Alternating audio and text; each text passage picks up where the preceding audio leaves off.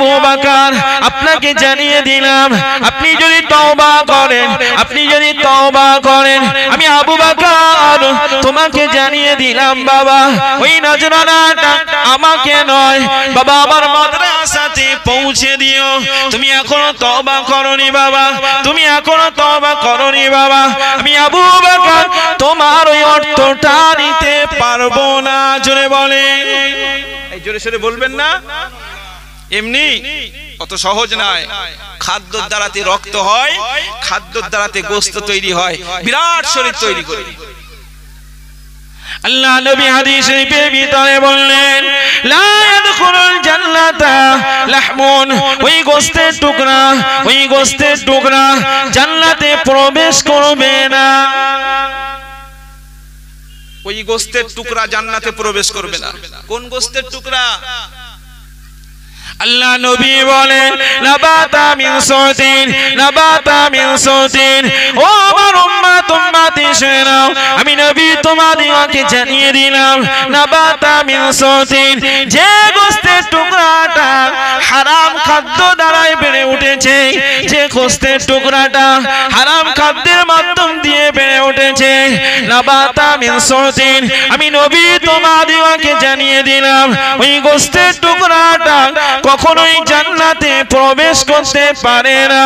নবী আমার জানেন, আন্নারু আওলা বিহি, ওই গোশতের টুকরার স্থান হলো জাহান্নামে, ওই গোশতের টুকরাটা জাহান্নামের জন্য উপযোগী।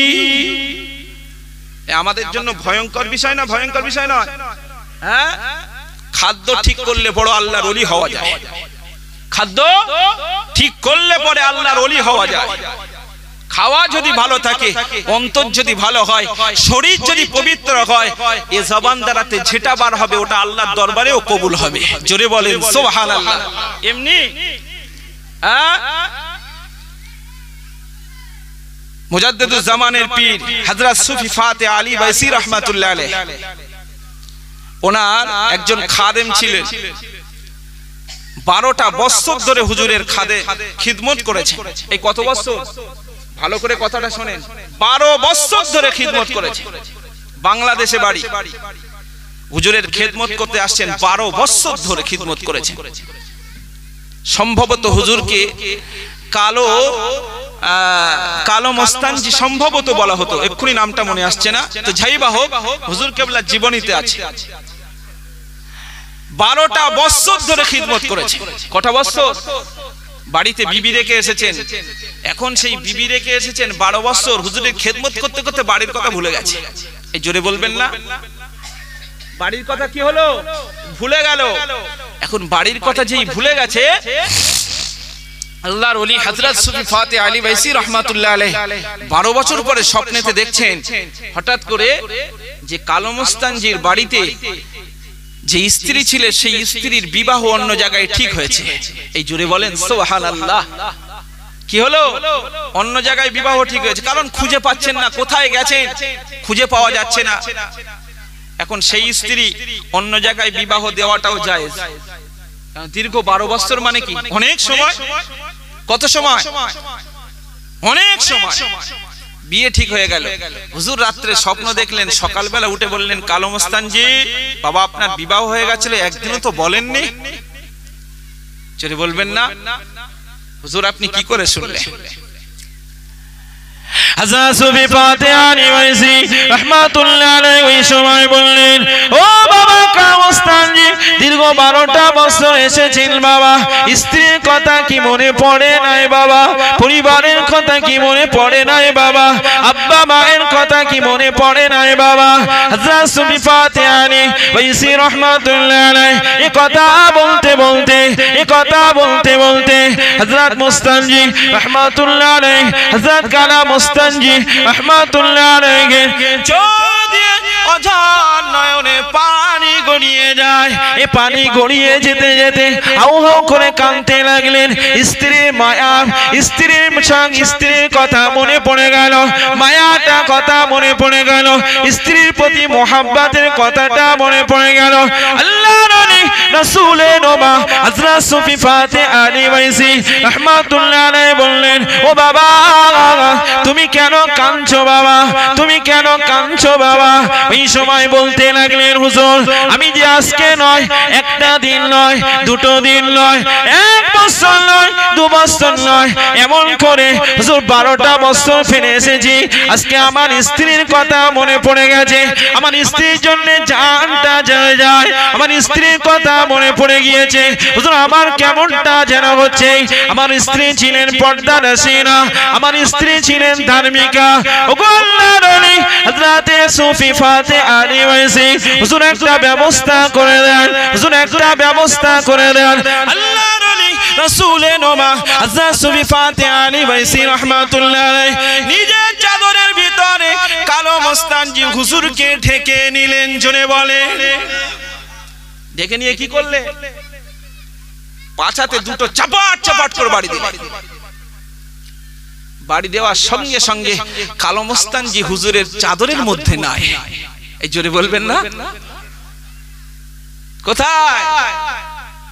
কালো মস্তানজি হুজুর আল্লাহর ওলি হযরত সুফি ফাতে আলী ওয়াইসি রাহমাতুল্লাহ আলাইহির চাদরের ভিতরে নাই। চলে গেলেন হুজুরের বাড়ি, চলে গেলেন। কালো মস্তানজি হুজুরকে 12 বছর খিদমত করেছেন, তার মানে কি তিনি কি আর সাধারণ আছেন? উনিও বড় আল্লাহর ওলি হয়ে গেছে। জোরে বলেন সুবহানাল্লাহ। বাড়িতে পৌঁছে গেলেন, বাড়িতে পৌঁছে বাড়ির ভিতরে যেই প্রবেশ করছেন দেখছেন স্ত্রী চিনতে পেরেছে আর সব পরিবর্তন হয়ে গেছে। আরে 12 বছর মানে কি একটা যুগ হয়ে গেল, পরিবর্তন হবে না? হবে না। এদিকে দেখছেন স্ত্রীর বিয়ের সব তোড়জোড় রেডি, বিয়ের তোড়জোড় রেডি, বিয়ের জন্য সব প্রস্তুতি তুঙ্গে চলছে। আল্লাহর ওলি হযরত সুফি ফাতে আলী ওয়াইসির খাদেম কালো মস্তানজি রাহমাতুল্লাহ আলাইহি বাড়িতে গিয়ে দেখলেন স্ত্রীও তৈরি হয়ে গিয়েছে, নিজের জীবন সঙ্গিনী সহধর্মিণী তৈরি হয়ে গিয়েছে। এমন সময় স্ত্রী স্বামীকে দেখতে পেয়ে ছুটে চলে আসলেন, ছুটে চলেছে, জড়িয়ে ধরলেন, আবেগের কান্না কেড়ে দিলেন আর সঙ্গে সঙ্গে বলে দিলেন, ও আমার আত্মীয় স্বজনেরা, ও আমার পরিবারেরা, আমি আমার স্বামীকে পেয়ে গেছি, আমি আমার স্বামীকে পেয়ে গেছি। আজকে যে তোমরা তৈরি হয়ে গেলে আমার বিবাহ দেওয়ার জন্য অন্য জায়গাতে আমার বিবাহের প্রস্তুতি গ্রহণ করলে, আমি আমার নিজের স্বামীকে যখন পেয়ে গেছি সমস্ত কিছু উজাড় করে দিয়ে আমি আমার স্বামীকে গ্রহণ করে নিলাম। যদি বলেন না সুবহানাল্লাহ। এই তো আল্লাহর ওলি। হালাল খাদ্য খেলে পরে এমন মানুষও হওয়া যায়। যদি বলবেন না, হালাল খাদ্য খেলে পরে এমন হওয়া যায়। হযরত সুফি ফাতে আলী ওয়াইসি রাহমাতুল্লাহ আলাইহির কাছে হুজুরের এক মুরিদ এসে বলছেন, হুজুর আল্লাহর ওলি যারা হয় না তাদের শুধু কলব নয়, তাদের সমস্ত শরীরের গোশতগুলি আল্লাহ আল্লাহ জিকির করে। এই জোরে বলবেন না, শরীরের সমস্ত কিছু আল্লাহ আল্লাহ জিকির করতে থাকে। হযরত সুফি ফাতে আলী ওয়াইসির কাছে এসে বললেন, হুজুর আমার শরীরের গোশতের টুকরাগুলি আর আল্লাহ আল্লাহ জিকির করে না, বন্ধ হয়ে গেছে। কি হলো? বন্ধ হয়ে গেল। কেন? কি ব্যাপার? বন্ধ হলো কি করে? কোথাও কিছু খেয়ে ফেলেছো? বললেন, আমার দুলাভাইয়ের বাড়ি খেয়েছি। এই দুলাভাই আপন না আপন নয়? এই দুলাভাই আপন না? দুলাভাই আপন। বললেন, তোমার দুলাভাই কি করে? বললেন, হুজুর আমার দুলাভাই লোন নিয়ে বড় একটা ব্যবসায়ী। কি লোন নিয়ে? বড় এক ব্যবসায়ী।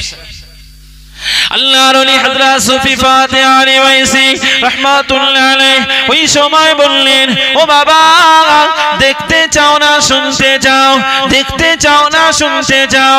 আল্লাহর ওলি ওই সময় জবাব দিয়েছিলেন, ও আমার পীর রাসূলের নোমা, ও আমার পীর রাসূলের নোমা, আমি দেখতে চাই। হযরত সুফি ফাতে আলী ওয়াইসি রাহমাতুল্লাহ আলাইহি এত বড় আল্লাহর ওলি ছিলেন, এত বড় মাকাম আল্লাহ পাক দিয়েছিলেন। চোখটা যখনই বন্ধ করতেন, আমার নবী পাকের সঙ্গে সাক্ষাৎ হয়ে যেতে। হযরত রাসূলের নোমা সুফি ফাতেহানি ওয়াইসি রাহমাতুল্লাহ আলাইহি ওই সময় বললেন, বাবা ওই যে বিছানাটা ফেলা আছে, বাবা দেখো তো দেখি, ওই বিছানার দিকে তাকাও।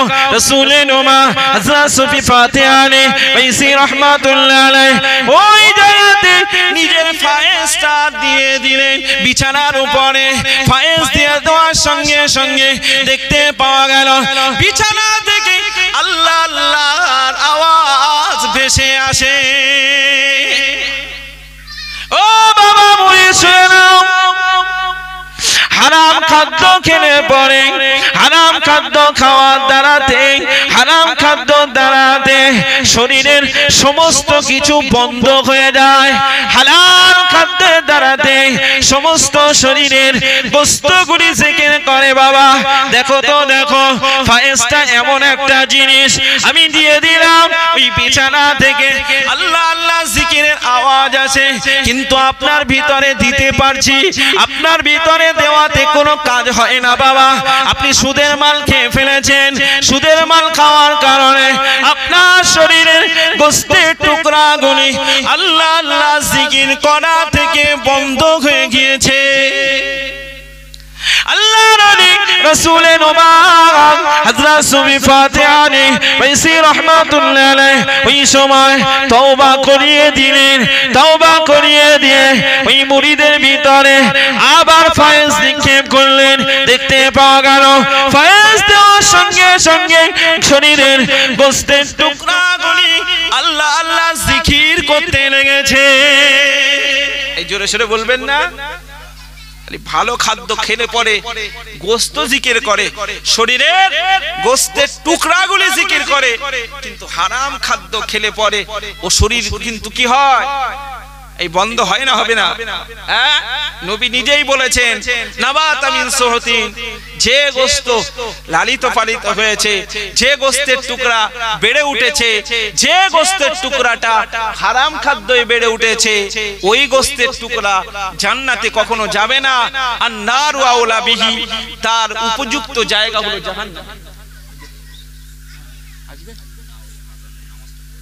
আচ্ছা আচ্ছা, কি হবে? হয়ে যাবে। যাই বাহু, ওদিকে আজান হচ্ছে, সময় শেষ। আল্লাহ চাইলে আবারও বলা হবে, আল্লাহ চাইলে এখানেই জমা হবে। আলহামদুলিল্লাহ, আজানটা হয়ে যায়।